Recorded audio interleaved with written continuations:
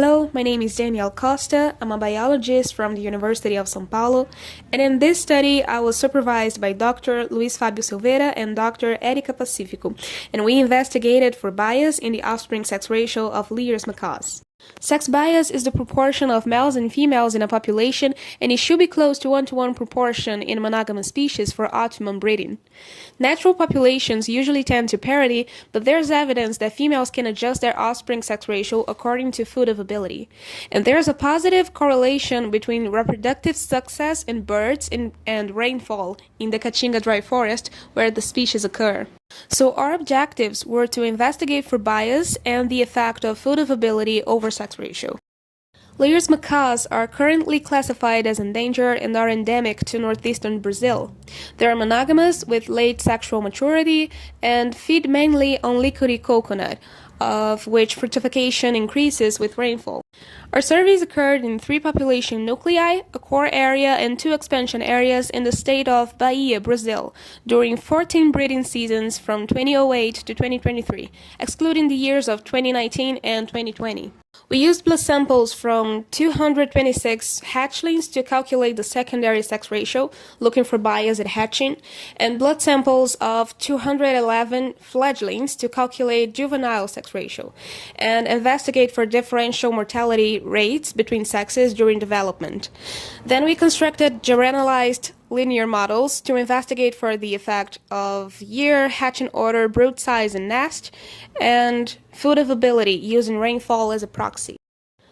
We found that secondary and juvenile sex ratio did not skew significantly from 0.5 according to chi-square test. We also found no correlation between year or nest. Our best fitted GLMs were the models that combined the effect of hatching order and brood size, and hatching order had a significant effect on sex ratio, with a greater proportion of females among the first hatched hatchlings. And regarding food availability, we found no correlation to offspring sex ratio since our new model was the model with the better fit.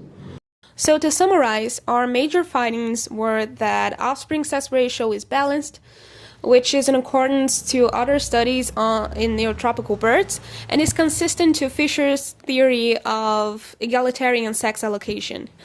We also found that most first hatched hatchlings were females, and that could be related to genetic mechanisms or differential mortality rates. And finally, there was no correlation to food availability. But those findings are overall very positive for the species viability and can be used to calculate effective population size and used as guidelines for future studies and management strategies. Future studies should investigate for other environment factors that may affect sex ratio or food availability and explore possible causes for the greater proportion of females we found. And why should we continue to do research on sex ratio? Well, there are very few studies on this subject, and failing to find a mate is one of the main drivers of valley effect that reduces individual fitness and population growth in small populations, and we know that that's the case of most endangered species. So to finish, as said Jane Goodall, only if we understand we can care. So the more we understand on this subject and the more we know about this species, the better we can protect them. Thank you very much for your attention.